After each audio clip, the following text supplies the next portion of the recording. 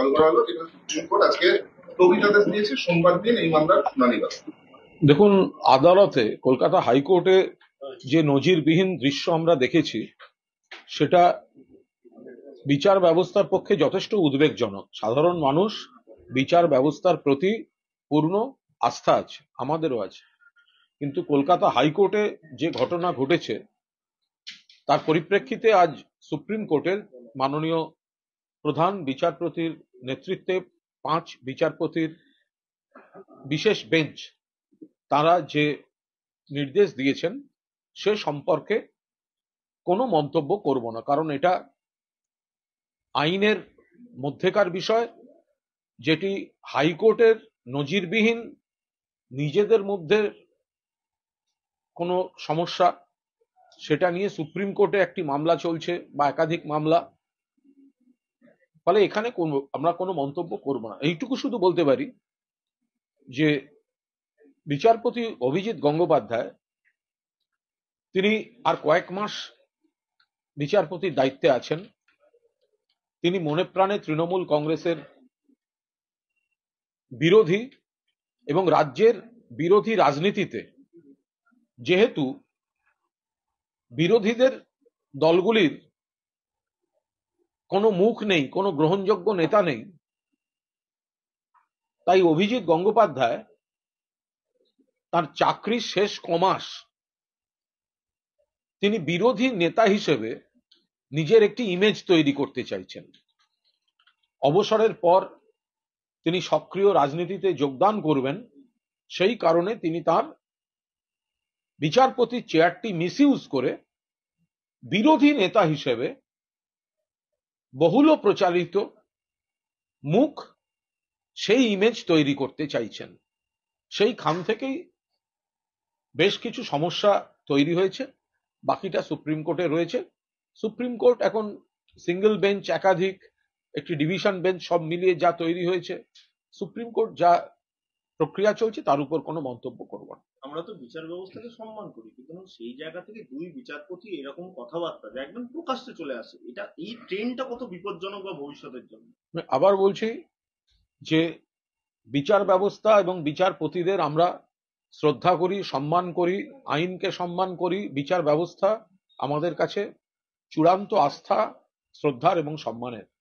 সেখানে গত কয়েক মাস ধরে 2-1 বিচারপতি যে উগ্রভাবে নিজেদের রাজনৈতিক উইশ লিস্ট প্রকাশ্য দিবালোকে তারা এনে ফেলেছেন, এক্সপোজড হয়েছেন, সেটা বিচার ব্যবস্থার পক্ষে ভালো নয়। তারা মামলার সূত্রে পর্যবেক্ষণের নামে রাজনৈতিক মন্তব্য করছেন, নিজেদের রাজনৈতিক অবস্থান প্রকাশ করে ফেলছেন। আর সেই সুবাদেই আবার বলবো, মাননীয় বিচারপতি অভিজিৎ গঙ্গোপাধ্যায় তিনি যেহেতু তৃণমূল বিরোধী, তিনি অন্য ঘরানার, তিনি আর কয়েক মাস অবসর তার বাকি। তিনি এই কয়েক মাস বিচারপতির চেয়ারটিকে অপব্যবহার করে রাজ্যের বিরোধী নেতা হিসেবে নিজের ইমেজ গড়ে তুলতে চাইছেন।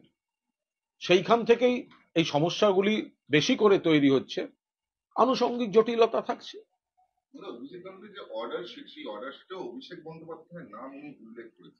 আমি আবার বলছি, অভিজিৎ গঙ্গোপাধ্যায় তিনি মনে প্রাণে তৃণমূল কংগ্রেস বিরোধী। অভিজিৎ গঙ্গোপাধ্যায় তার তৃণমূল বিরোধী রাজনৈতিক উইশ লিস্ট অতীতেও প্রকাশ করেছেন, এখনো সেটা করে চলেছেন, ধারাবাহিকভাবে করে চলেছেন। ফলে এ থেকে খুব স্পষ্ট যে অভিজিৎ গঙ্গোপাধ্যায় তিনি বিরোধী রাজনীতিতে প্রবেশ করবেন, অবসরের কয়েক মাস বাকি। সেই কারণে তৃণমূল কংগ্রেস এবং তার নেতা নেত্রীদের আক্রমণ করে তিনি বিরোধী নেতা হিসেবে একটা ইমেজ তৈরি করতে চাইছেন। কারণ এ রাজ্যে সিপিএম, কংগ্রেস বা বিজেপি এরা বিধ্বস্ত, এরা চুরমার, এদের কোনো নির্ভরযোগ্য গ্রহণযোগ্য কোনো মুখ নেই। ফলে অভিজিৎ গঙ্গোপাধ্যায় সেই শূন্যতাটাকে টার্গেট করে তিনি মহামান্য বিচারপতির সিংহাসনটির অপব্যবহার করে সম্পূর্ণ রাজনৈতিক পক্ষপাত দুষ্টভাবে তিনি বিরোধী নেতা হিসেবে নিজের ইমেজ তৈরি করছেন। এখানে একটা প্রশ্ন, সলিসিটর জেনারেল তুষার মেহতা অভিজিৎ গঙ্গোপাধ্যায়ের পাশে দাঁড়িয়েছেন। তিনি বলেছেন যে ডিভিশন বেঞ্চের এমন কি প্রয়োজনীয়তা ছিল যে সঙ্গে সঙ্গে স্টে করে দিচ্ছেন। তখন অভিজিৎ সলিসিটর জেনারেল মানে কি? সেখানে কেন্দ্রের তরফ থেকেই তারা থাকেন, তারা তো রাজ্যের নয়। ফলে অভিজিৎ গঙ্গোপাধ্যায়ের পেছনে বিজেপি, সিপিএম বা কংগ্রেসের একাংশ আছে, বা অভিজিৎ গঙ্গোপাধ্যায়ও তার রায় এবং অবজারভেশনগুলির মধ্যে দিয়ে কংগ্রেস, সিপিএম এবং বিজেপি অর্থাৎ বিশেষভাবে তৃণমূলের বিরোধী শক্তিকে তিনি অক্সিজেন দিতে চান, এটা তো বারবার প্রমাণিত। আগামীকাল রাজ্যে আসার কথা ছিল 1 মাসের ব্যবধানে কেন্দ্রীয় স্বরাষ্ট্রমন্ত্রী অমিত শাহের, কিন্তু সেটা পিছিয়েছে। আগামীকাল তিনি আসছেন না, সোমবার বেশ কিছু কর্মসূচি ছিল। দেখুন, এটা সম্পূর্ণ তাদের ব্যাপার। এই অমিত শাহজি যদি বারবার আসেন, 2021 সালে বিধানসভা নির্বাচনের আগেও বারবার এসছেন, ডেলি প্যাসেঞ্জারি করেছেন, এরা যত বেশি আসেন বাংলার মানুষ তত বেশি করে সিদ্ধান্ত নেন বিজেপিকে ভোট নয়, ভোটটা তৃণমূল কংগ্রেসকে। ফলে গণতান্ত্রিক রাজ্য, তারা আসতেই পারেন।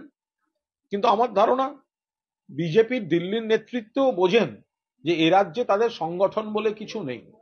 এ রাজ্যে বিজেপিকে চলতে হয় এজেন্সিকে অপব্যবহার করে, শাখা সংগঠন হিসেবে এজেন্সিকে রেখে অন্যান্য পথে ব্যক্তিগত কুৎসায় এইভাবে এখানে বিজেপি প্রচারে থাকে। ফলে বাংলার বিজেপি নিয়ে অমিত শাহের বাড়তি কোনো উৎসাহ থাকারও কোনো কারণ নেই। আর যদি উৎসাহ দেখিয়েছিলেন 21-এ, বাকি ওনাকে উৎসাহহীন করার কাজ বাংলার মানুষ করে দেবেন। মল্লিকার্জুন খাড়গে তিনি মুখ্যমন্ত্রীকে চিঠি দিয়েছেন এবং রাহুলের ন্যায় যাত্রা নিয়ে যাতে নিরাপত্তা সুনিশ্চিত হয় সেই আবেদন করেছেন মুখ্যমন্ত্রীর কাছে। কি বলবেন? দেখুন, পশ্চিমবঙ্গ অবাধ গণতান্ত্রিক রাজ্য। রাহুল গান্ধী এখানে ইতিমধ্যেই একটি কর্মসূচি করে গিয়েছেন, আগামী দিন তার কর্মসূচি রয়েছেন, তো তিনি তার মতো করবেন। এখন মল্লিকার্জুন খাড়গেজি কোনো চিঠি দিয়েছেন মুখ্যমন্ত্রীকে, এ বিষয়ে সরাসরি কোনো মন্তব্য করব না, এটি মুখ্যমন্ত্রীর বিষয়। কিন্তু আমার মনে হয় তার থেকে বেশি যদি ইন্ডিয়া জোটকে সুষ্ঠুভাবে রাখার কাজে মল্লিকার্জুন খাড়গে এবং কংগ্রেস নেতৃত্ব সময় দেন, তাদের দলটাকে অটুট রাখার কাছে এখানে ভারত জোড়ো বলে রাহুল রাস্তায় নামবেন, আর ওখানে ওই মিলিন্দ দেওরা কংগ্রেস ছেড়ে অন্য দলে চলে যাবেন, তো এই ঘর সামলানোর কাজটায় যদি বেশি সময় দেন, তাহলে মনে হয় মল্লিকার্জুন খাড়গে তাঁর এবং জোটের বেশি উপকার করবেন। দ্বিতীয় কথা, মল্লিকার্জুন খাড়গে নিশ্চয়ই সেই সমীক্ষাটাও করেছেন যে পশ্চিমবঙ্গে যেখানে জোড়ো বলে কোনো কর্মসূচি হতে চলেছে, কংগ্রেস তো সিপিএম আর আইএসএফ এর সঙ্গে জুড়ে ছিল, শূন্য পেল কেন? তো এই আত্মসমীক্ষাটাও নিশ্চয়ই মল্লিকার্জুন খাড়গে করবেন যে দলের সঙ্গে দল জুড়ে ছিল, তো 3টি দল জুড়ে ছিল, তাতেও বিধানসভায় শূন্য পেয়েছে কেন, তাহলে এটা করবেন। আর তৃতীয় বিষয় হলো অধীর রঞ্জন চৌধুরী, মল্লিকার্জুন খাড়গে সাহেবের লোকসভা দলনেতা এবং পশ্চিমবঙ্গের কংগ্রেসের সভাপতি, যে লাগাতারভাবে মমতা বন্দ্যোপাধ্যায়, অভিষেক বন্দ্যোপাধ্যায়, তৃণমূল কংগ্রেস এবং রাজ্য সরকারের সমালোচনা করে চলেছেন, বিজেপির দালালি করছেন, বিজেপির এজেন্ট হিসেবে কাজ করছেন, কুৎসা করছেন ইন্ডিয়া জোটের মধ্যে, সেই বিষয়ে তার মন্তব্য কি, তার বক্তব্য কি, তাদের তো দুঃখ প্রকাশ করা উচিত, সেগুলো যেন মাথায় রাখেন। ভারত জোড়ো যাত্রায় বিভিন্ন জায়গায় পোস্টার ছেড়ারও অভিযোগ আসছে বিভিন্ন জায়গায়। কংগ্রেস কোনো তৃণমূল কংগ্রেস কোথাও কোনো পোস্টার ছেঁড়ার সঙ্গে যুক্ত নয়, কারণ কংগ্রেসের যা গোষ্ঠীদ্বন্দ্ব, তাতে পোস্টার ছেঁড়া টেড়ার জন্য তারাই যথেষ্ট, নিজেরা প্রচারে আসার জন্য এসবও করতে পারে। তৃণমূল কংগ্রেসের সঙ্গে কংগ্রেসের পোস্টার ছেঁড়ার কোথাও কোনো সম্পর্ক নেই। যে দল শূন্য পেয়েছিল এত হাঁকডাক করে, যে দল শুধু মিডিয়া আর সোশ্যাল মিডিয়ায় আছে, সেই দলের পোস্টার ছিঁড়তে তৃণমূল কংগ্রেসের কোনো প্রয়োজন পড়ে না। মমতা বন্দ্যোপাধ্যায় বলছেন যে যদি রাহুল আসে চা খেয়ে চলে যাবে, কিন্তু রাহুল গান্ধী মানে মমতা এতটা মানে নমনীয় হচ্ছেন, সেই জায়গা থেকে রাহুল গান্ধীও কি একবার যোগাযোগ করা বা কথা বলার একটা এই বিষয়ে কোনো মন্তব্য করব না। কাল সাংবাদিকদের সঙ্গে কথোপকথনের সময় কথার পিঠে কথায় মাননীয় মুখ্যমন্ত্রী কোনো মন্তব্য করেছেন, তার উপর দাঁড়িয়ে মন্তব্যের কোনো অবকাশ নেই। শশী থারুর আজকে কলকাতায় এসে বলেছেন সিট শেয়ারিং এর বিষয়টা বিভিন্ন রাজ্যের ক্ষেত্রে এক এক রাজ্যের এক এক রকম। মমতা বন্দ্যোপাধ্যায় ইন্ডিয়া অ্যালায়েন্সেই রয়েছেন। মমতা বন্দ্যোপাধ্যায় তো একবারও বলেননি যে তিনি ইন্ডিয়া অ্যালায়েন্সে নেই। মমতা বন্দ্যোপাধ্যায় তো ইন্ডিয়া অ্যালায়েন্সের অন্যতম উদ্যোক্তা, ইন্ডিয়া নামকরণ তার। মমতা বন্দ্যোপাধ্যায় প্রথম থেকে ফর্মুলা দিচ্ছিলেন যাতে ইন্ডিয়া অ্যালায়েন্স প্রিপোল অ্যালায়েন্স হিসেবেই শক্তিশালী হয়। সেক্ষেত্রে কংগ্রেসের অধীর চৌধুরী বা কিছু নেতার ভূমিকা অত্যন্ত দুর্ভাগ্যজনক। তো মমতা বন্দ্যোপাধ্যায় তো নিশ্চিতভাবেই বিজেপি বিরোধী আন্দোলনের অন্যতম দায়িত্বশীল নেত্রী। ওনারা লোকসভার আগেই যে রাহুল গান্ধী বিভিন্ন উত্তরবঙ্গের বিভিন্ন জায়গায় যাচ্ছেন, সেই জায়গায় দাঁড়িয়ে এবারে কি তাহলে ত্রিমুখী লড়াই উত্তরবঙ্গে দেখা যাবে বা তার কোনো ত্রিমুখী লড়াইয়ের বিষয় নেই। কংগ্রেসের এত হাঁকডাক করে 2021 সালের বিধানসভা নির্বাচনের আগে সিপিএম এর সঙ্গে 34 বছরের কংগ্রেসের উপর, তৃণমূলের উপর, বিরোধীদের উপর গণহত্যা, গণধর্ষণ, অপশাসন, সেই সিপিএম এর পায়ে পড়েছিল কংগ্রেস, সেই সিপিএম এর হাত ধরেছিল কংগ্রেস। তো তারপরেও আইএসএফ এর হাত ধরে কংগ্রেস, সিপিএম এর হাত ধরে, তাতেও তারা শূন্য পেয়েছিল। ফলে মানুষের সঙ্গে কংগ্রেসের বাংলায় কোনো যোগাযোগ নেই। বাংলায় আসল কংগ্রেস হলো তৃণমূল কংগ্রেস। কংগ্রেসের মূল স্রোত তৃণমূল কংগ্রেসের সঙ্গে। আর যারা কংগ্রেস মনোভাবাপন্ন বিজেপি বিরোধী যে নাগরিকরা আছেন, তারা বিজেপি বিরোধিতার স্বার্থে তারা তৃণমূল কংগ্রেসকেই সমর্থন করবেন। এই যাত্রার কোনো প্রভাব পড়বে না সেটা? না, 2021 সালেই এত প্রভাব যদি পড়তো তাহলে শূন্য পেল কেন? সিপিএম এর সঙ্গে হাত মিলিয়ে, আইএসএফ এর সঙ্গে হাত মিলিয়ে কংগ্রেস শূন্য পেয়েছিল, কোনো প্রভাব নেই। শুভেন্দু অধিকারীর ভাই দিব্যেন্দু অধিকারী একদম স্পষ্ট ইঙ্গিত পাওয়া যাচ্ছে যে তিনি বিজেপিতে যোগদান করছেন লোকসভা ভোটের আগে, আপনাদের তৃণমূল কংগ্রেসের সাংসদ। অধিকারী প্রাইভেট লিমিটেড, তারা তো শুভেন্দুর বিরুদ্ধে সিবিআই এর এফআইআর হওয়ার পর থেকেই শিরদাঁড়া বিক্রি করে বিজেপির জুতো পালিশ করতে শুরু করেছে। এখন সেই অধিকারী প্রাইভেট লিমিটেড, যাদের বিরুদ্ধে চুরি, দুর্নীতি, তোলাবাজির অভিযোগ আছে, সিবিআই এফআইআর করেছে, তো এখন তার কোন বাই প্রোডাক্ট কি করবে?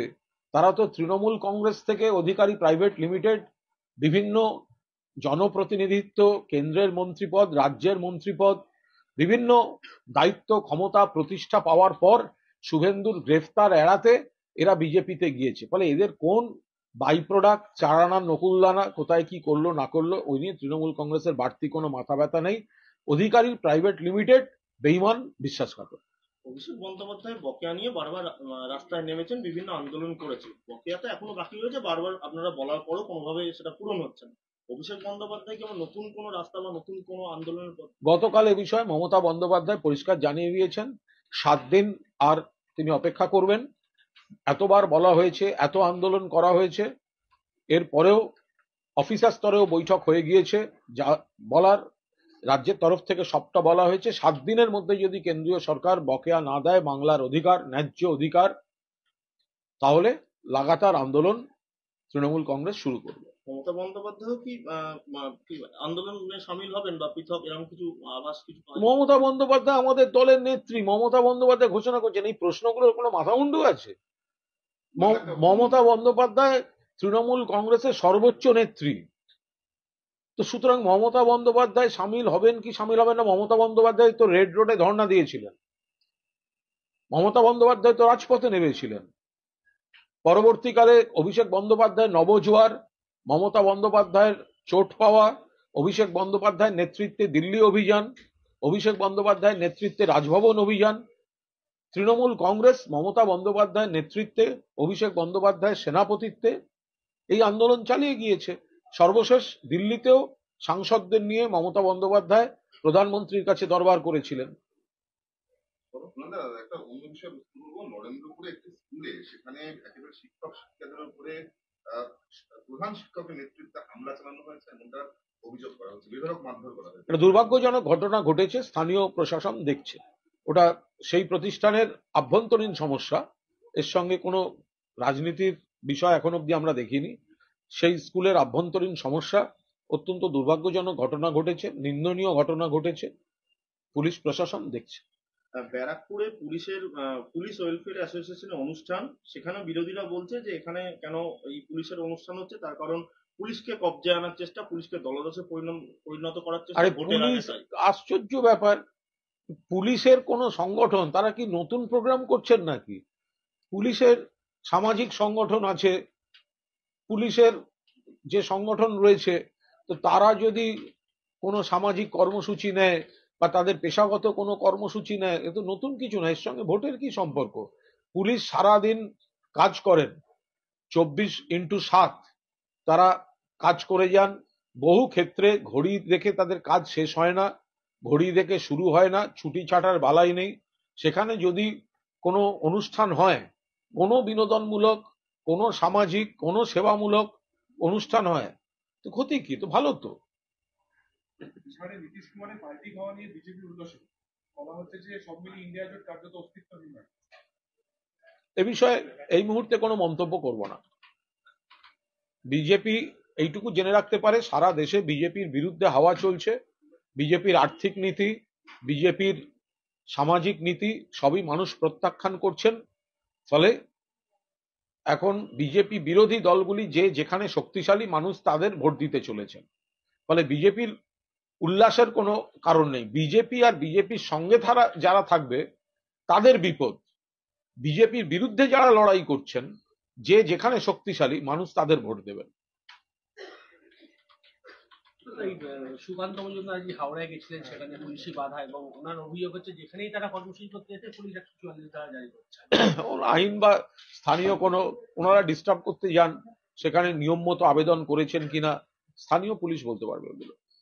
কিভাবে পুলিশের রাজনীতিকরণ হচ্ছে, আর লোকসভা ভোটের আগে সমস্ত পুলিশ কর্মী অফিসারদের বিষয়ে প্রয়োজনীয় পদক্ষেপ নেওয়ার জন্য মুখ্য নির্বাচন কমিশনারকে আর্জি জানালেন শুভেন্দু অধিকারী। যাদের জনভিত্তি নেই, যারা মানুষের কাছাকাছি নেই, যারা উন্নয়নের কাজ করে না, তো তাদের এই কাজগুলো ছাড়া আর কি করার আছে? তারা সিবিআই ইডি দিয়ে কাজ করবে, তারা অফিসারকে বদলি, ওই পুলিশকে আক্রমণ, সেই পুলিশকে কুৎসা করা, এইগুলোই শুভেন্দুদের কাজ। এগুলো যত করবে তত তাদের আত্মবিশ্বাসের অভাব, জনসংযোগের ব্যর্থতা, রাজনৈতিক দেউলিয়াপনা প্রমাণিত হবে। সুকান্ত মজুমদার বলেছেন যে 26-এ বিজেপি সরকার তৈরি হবে, তখন ইঞ্চিতে ইঞ্চিতে বুঝে নেওয়া হবে। শেখ শাহজাহানের বাড়িতে বুলডোজার। সুকান্ত মজুমদার 26 অব্দি আপনি কোথায় থাকেন আগে সেটা দেখুন। 21-এ তো বলেছিলেন আবকি বার 200 পার, তো 21 থেকে 26 চলে যেতে হলো কেন? 21 থেকে 26 আপনি 36এও স্বপ্ন দেখুন সুকান্ত বাবু। টানা তৃণমূল কংগ্রেসের সরকার ছিল, আছে এবং থাকবে। আপনি সাংসদ থাকবেন কি থাকবেন না, আগে সেদিকে মন দিন, বালুরঘাট সামলান।